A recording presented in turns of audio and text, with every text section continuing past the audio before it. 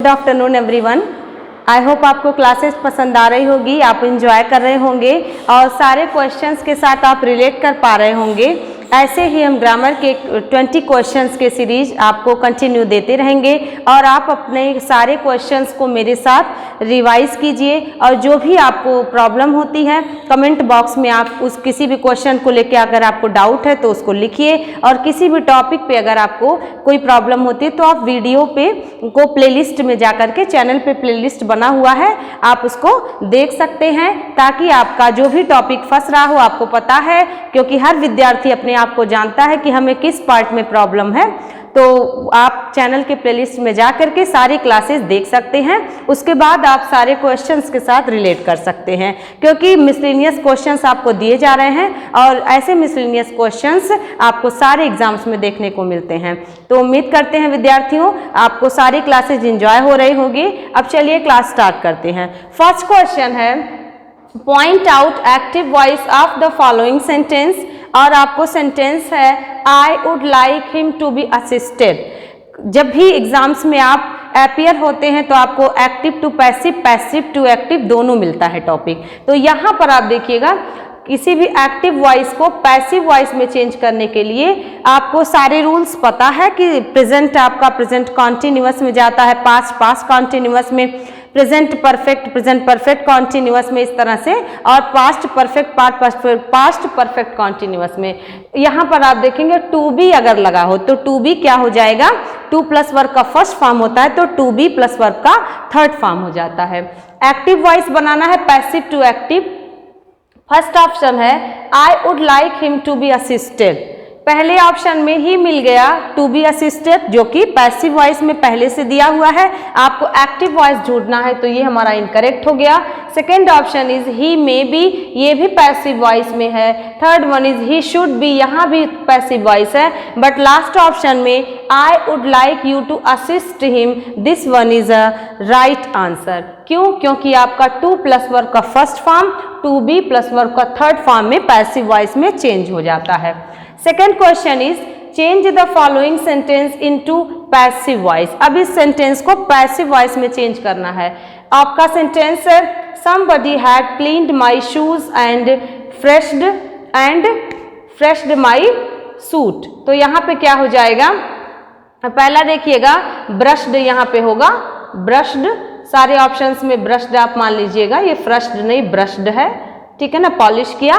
तो यहाँ देखिएगा आपको somebody दिया है, ये नियम पता है कि कभी भी सेंटेंस में somebody हो, someone हो, anyone हो, ऐसे सेंटेंस में या people हो तो जब पैसिव वॉइस बनाते हैं तो by someone, by somebody, by people नहीं लिखते हैं, उसको हाइड कर दिया जाता है या कह सकते हैं स्किप कर दिया जाता है।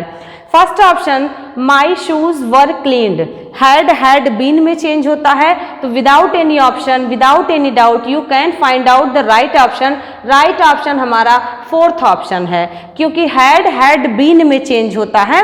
देखिए विद्यार्थियों, आना अलग बात है लेकिन एग्जाम में आना अलग बात है। यदि आपको कोई भी रूल पता है तो अच्छी बात है, बट ये रूल अगर आप प्रैक्टिस करके जाएंगे एग्जाम से पहले तो आपको एग्जाम में एग्जैक्ट आंसर आ जाएगा, भटकना नहीं पड़ेगा।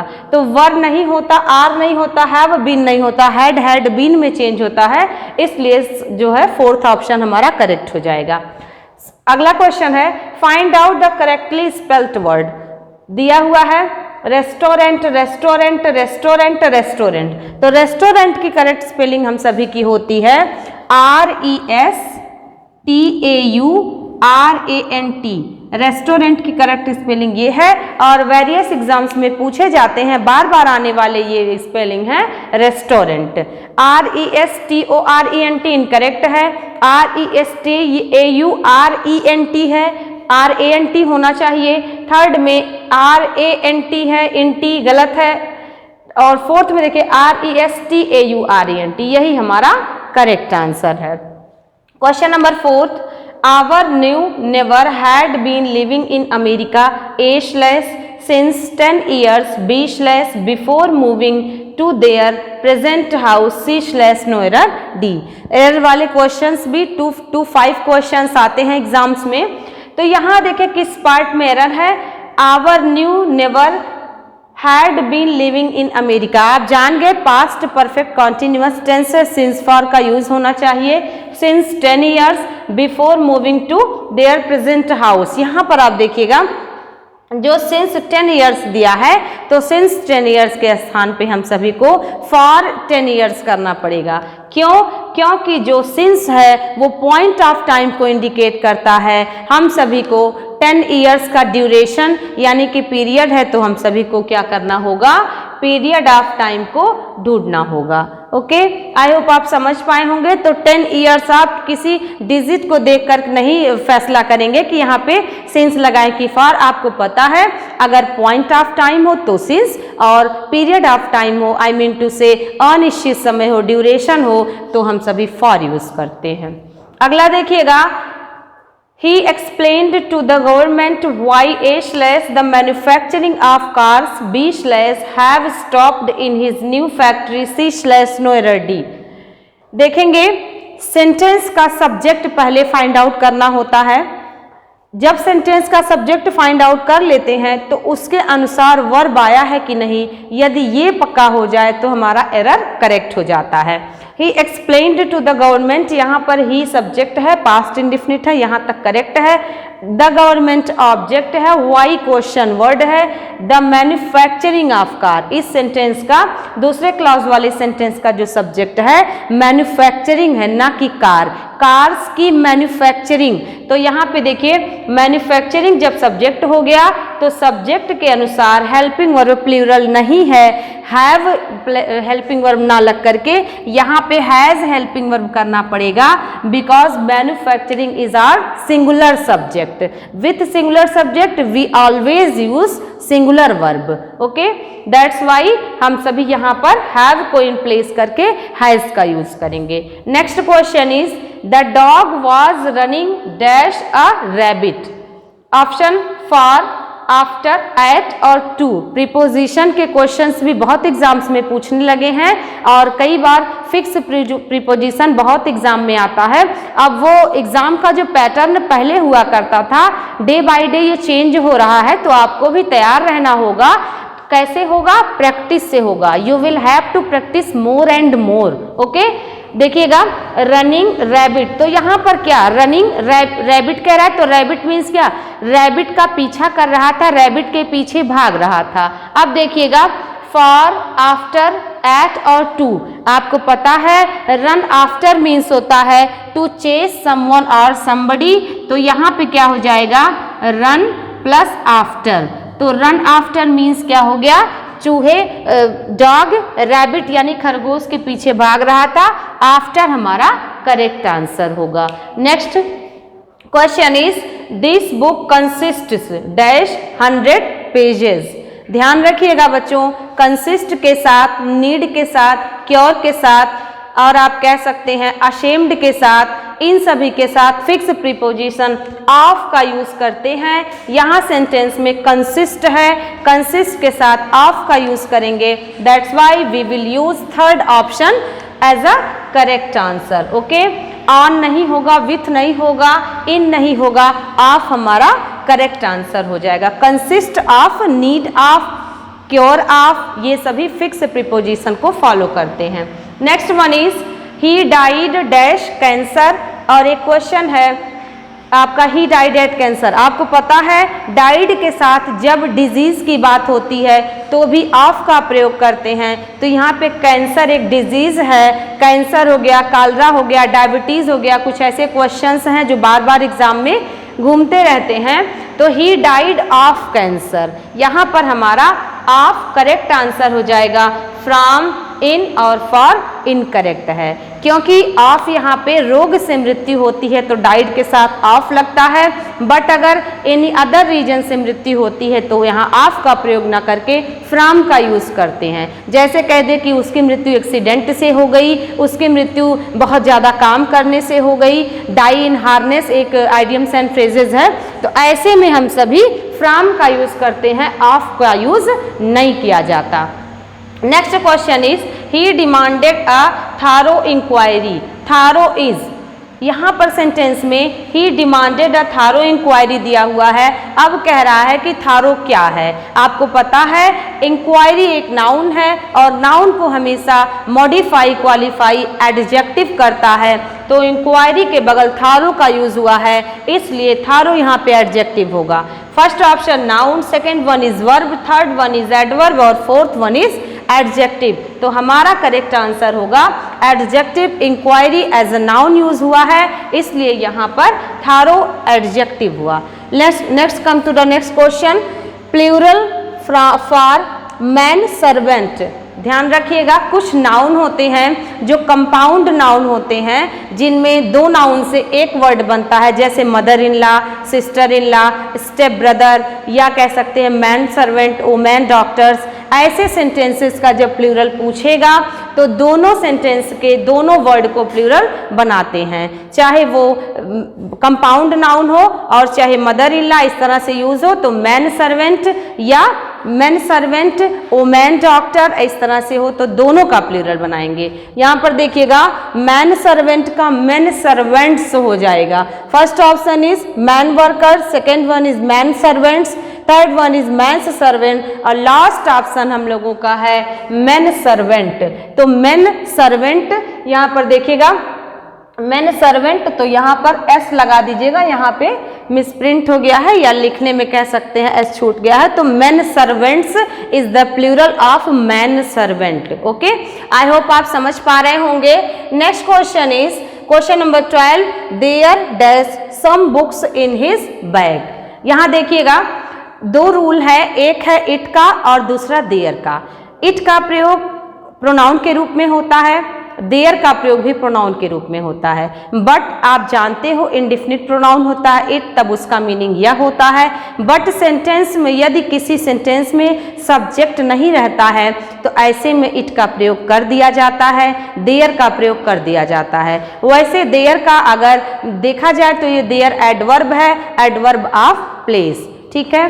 तो जब सेंटेंस में देयर नहीं रहेगा, सब्जेक्ट नहीं रहेगा, तो देयर का प्रयोग सब्जेक्ट के रूप में कर देते हैं। बट इसके साथ कौन सा हेल्पिंग वर्ब लगाते हैं ये देयर नहीं तय करता है। ये आपका जो देयर के बाद हेल्पिंग वर्ब आएगा, हेल्पिंग वर्ब के बाद जो सब्जेक्ट आता है या कह सकते हैं जो नाउन आता है, वो नाउन डिसाइड करता है कि कौन सा हेल्पिंग वर्ब रहेगा। अब सम बुक्स है, some books is a plural word, तो यहाँ पर जब सम बुक्स प्लूरल है तो इज नहीं होगा, वाज नहीं होगा, वर करेक्ट है, हैव भी हमारा इनकरेक्ट है। कह रहा है बैग में सम बुक्स यानी कुछ किताबें थी। यहाँ पे बुक्स काउंटेबल नाउन है, इसलिए सम बुक्स लग गया, वर लग गया।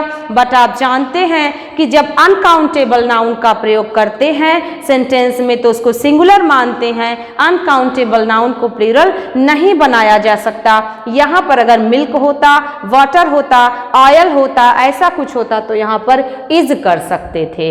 क्यों? क्योंकि मिल्क का, वाटर का और ऑयल का ये सब अनकाउंटेबल नाउन है, मटेरियल नाउन है, तो प्लूरल नहीं बनाया जा सकता।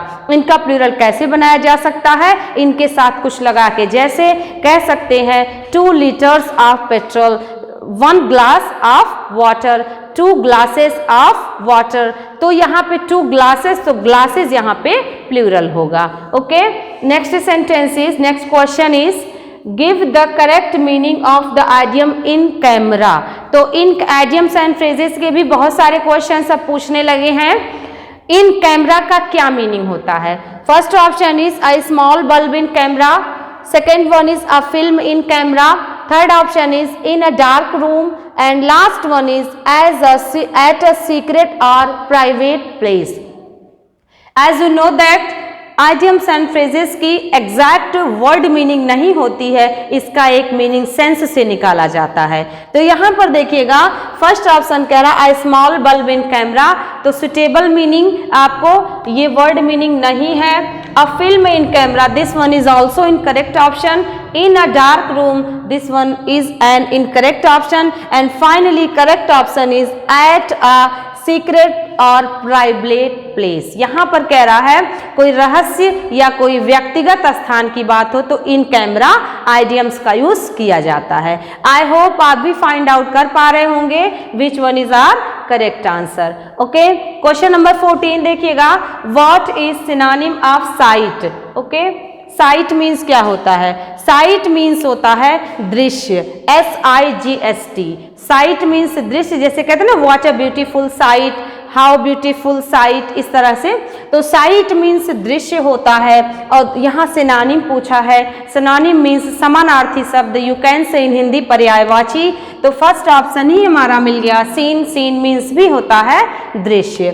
सेकेंड ऑप्शन इज सिटेशन है। सिटेशन मीन्स होता है क्विटेशन, या कह सकते हो किसी के द्वारा की गई कोई पंक्ति या कोई लाइन, उसको सिटेशन कहते हैं। और साइट मीन्स होता है स्थल, इसको पाथ कह सकते हैं, प्लेस कह सकते हैं, गैलरी कह सकते हैं, वे कह सकते हैं, ये सब हमारा। और अजाइल है तो अजाइल मीन्स होता है अंडरस्टैंड, कह सकते हैं कॉम्प्रीहेंड, मेक आउट, नो, इसका एजाइल का मीनिंग होता है। ठीक है, AISLE। एक एजाइल होता है ASILE, उसका मीन्स होता है फुर्तीला। ओके, अगला क्वेश्चन है, change the following sentence correctly by removing to.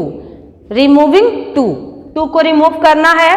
जानते होंगे TOO का प्रयोग निगेटिव सेंस में होता है। इनके साथ अगर TO2 का प्रयोग हो तो इसके साथ वर्ब का फर्स्ट फॉर्म यूज होता है, और अगर बी का प्रयोग हो तो वर्ब का थर्ड फॉर्म यूज होता है। TOO को रिप्लेस करके सो में चेंज करते हैं, और TO2 को हटा करके सब्जेक्ट दैट के साथ लगाते हैं। अगर सेंटेंस प्रेजेंट में है तो कैन, और अगर पास्ट में है तो कुड का प्रयोग करते हैं। तो ऑप्शंस देखिएगा, he is very honest to accept a bribe, ये तो सही है बट यहाँ वेरी गलत हो गया। एक्सेप्ट अ ब्राइब टू के साथ करेक्ट है, बट वेरी की वजह से ये इनकरेक्ट है। Second option is he is not so honest to accept a bribe, अभी आपको बताया गया सो के साथ टू नहीं आता, सो के साथ हमेशा दैट का प्रयोग होता है।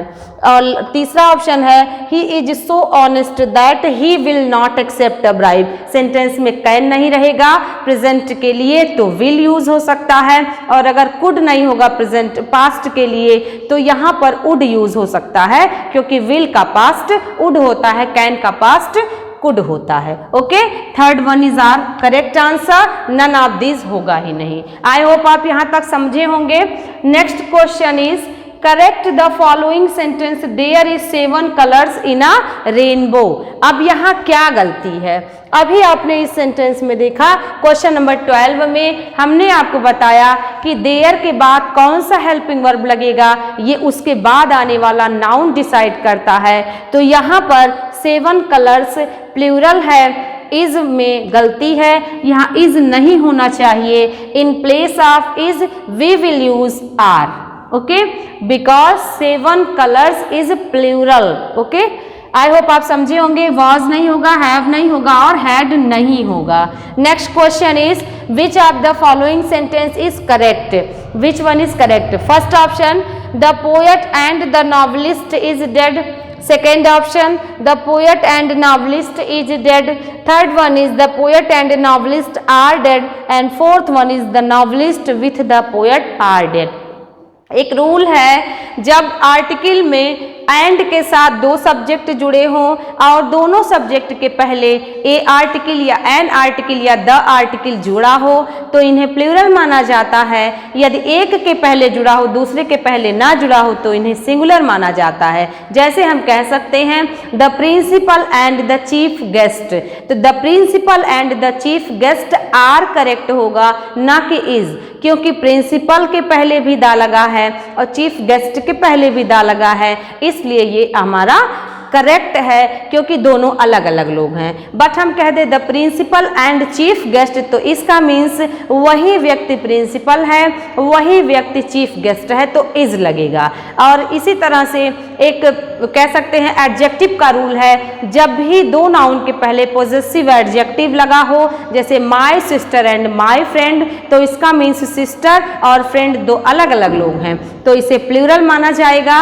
बट अगर एक के पहले लगा हो दूसरे के पहले ना लगा हो, इसका means both are singular person या सेम पर्सन। जैसे कह सकते हैं कह सकते हैं हम माई सिस्टर एंड फ्रेंड, इसका मीन्स मेरी बहन भी है और मेरी फ्रेंड भी है, तो यहाँ इज होगा। अब चलिएगा ऑप्शन के अनुसार, first option the poet and the novelist is dead. यहाँ देखिएगा द पोएट के पहले भी द और नॉवलिस्ट के पहले द, इसका मीन्स दो अलग अलग लोग हैं, तो यहाँ पर इज ना हो के आर होना चाहिए, इनकरेक्ट है। Second option the poet and novelist is dead, ये हमारा करेक्ट आंसर है, क्योंकि पोएट और नॉवलिस्ट एक ही व्यक्ति की बात हो रही है, सिंगुलर वर्ब यूज हुआ है। Third option the poet and novelist एक व्यक्ति के लिए प्लूरल वर्ब, यहाँ भी इनकरेक्ट हो गया। और लास्ट में आपको पता है the poet and with the poet, यहाँ देखिएगा एक रूल चलता है, जब as well as, in addition to, along with और कह सकते हैं कौन सा वर्ड है आपका, along with, together with, as well as, in addition to, in सभी के साथ अगर दो सब्जेक्ट जुड़े हैं तो कभी भी जो हेल्पिंग वर्ब होगा वो पहले सब्जेक्ट के अनुसार लगेगा। तो यहाँ पर देखेंगे विथ द पोएट, तो यहाँ नॉवलिस्ट के अनुसार इज होना चाहिए, इसलिए ये भी हमारा इनकरेक्ट हो गया। तो आई होप आपने नोट डाउन करके इस रूल को समझा होगा। Next question, complete the following sentence, the gardens in Srinagar are more beautiful than. Complete करना है, this of Mysore, that is Mysore और दीज ऑफ मैसूर, और लास्ट है दोज ऑफ मैसूर। तो यहाँ पर आप देखिएगा दोज ऑफ मैसूर लिखा हुआ है, एक रूल है, आप इसको नोट डाउन कर लीजिएगा।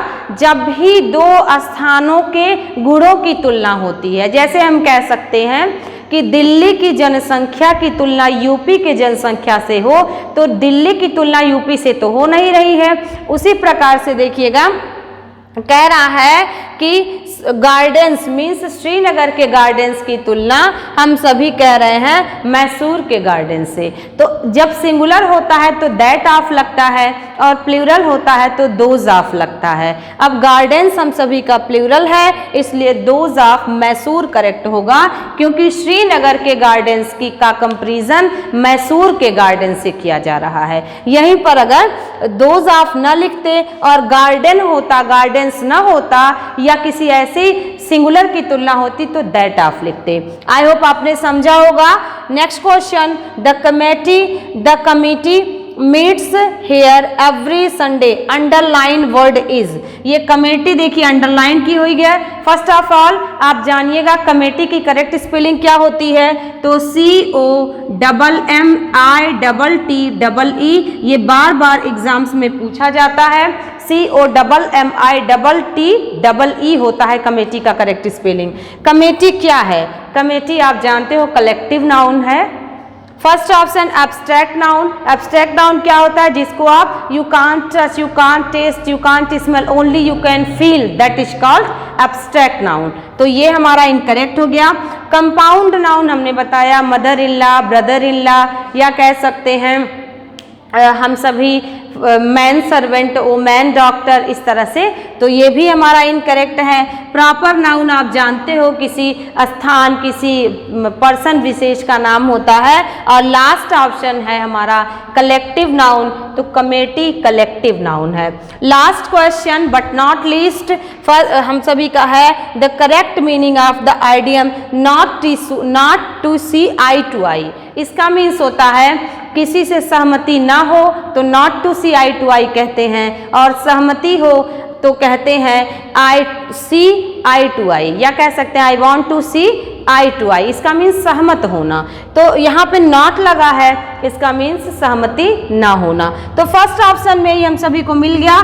डिसएग्री मीन्स सहमति ना होना, नॉट टू लिखा है प्रिपेयर, गलत हो जाएगा, प्रॉपर। और नॉट टू आर्ग्यू मीन्स होता है तर्क करना, या नॉट टू परसीव मीन्स होता है किसी चीज को समझना। तो यहाँ भी हम सभी का इनकरेक्ट ऑप्शन है। करेक्ट ऑप्शन डिसएग्री है। Not to see eye to eye means होता है डिसएग्री। ओके, आई होप आपको क्लासेस समझ में आई होगी, सारे क्वेश्चंस को आपने फाइंड आउट किया होगा, मेरे साथ आपने अच्छे से समझा होगा। ऐसे ही हम बहुत सारे क्वेश्चंस आपको लाते रहेंगे जो प्रीवियस एग्जाम्स में आए हुए हैं, और संभावनाएं हैं तो हम आपके लिए क्वेश्चंस बनाते भी हैं कि कैसे क्वेश्चंस आपके काम आ सकते हैं और आपको एग्जाम में फ़ायदा पहुंचा सकते हैं, बेनिफिशियल हो सकते हैं। ऐसे ही सीरीज़ देखने के लिए आप हमारे चैनल को सब्सक्राइब कर लीजिए और अगर कोई प्रॉब्लम है तो कमेंट बॉक्स में रिप्लाई करें। Thank you so much.